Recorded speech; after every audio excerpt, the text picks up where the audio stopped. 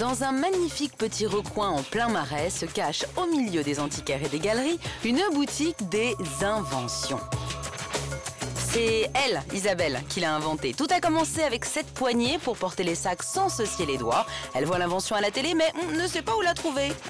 Alors, je croyais que ça existait. Moi, j'ai cherché dans les pages jaunes, région par région sur Internet.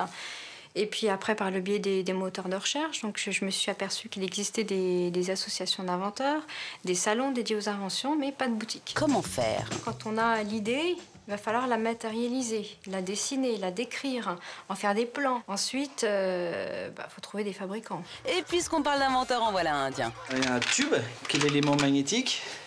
Et en fait, avec le tube, on fournit 30 petites barrettes. Et donc, c'est pour les 30 CD préférés. On les met directement dessus. Comme ça, en plus, c'est en éventail, donc on voit les pochettes. Eh ouais, c'est pas bête. Les meilleures idées sont souvent les plus simples, d'ailleurs. Pourquoi je l'ai pas inventé, moi, cette tasse kangourou? C'est tellement évident. Oh. Et cet arbre généalogique en 3D qu'on module en fonction de sa famille, c'est génial. Malheureusement, on n'a pas pu rencontrer l'inventeur des tiroirs orientables, ni ceux du vase qui tourne, de la pendule qui roule ou encore des lunettes pour se maquiller sans enlever le verre. Eh bah oui, puisqu'on a besoin des lunettes pour voir, voyons. Je sais vraiment pas pourquoi vous rigolez, hein. Ça me va très bien. Ah ça, il y en a des belles choses. C'est fait pour les rollers, pour prévenir les piétons sur les trottoirs. Donc on fait... Et ça, c'est quoi? Ça, c'est pour les canettes de...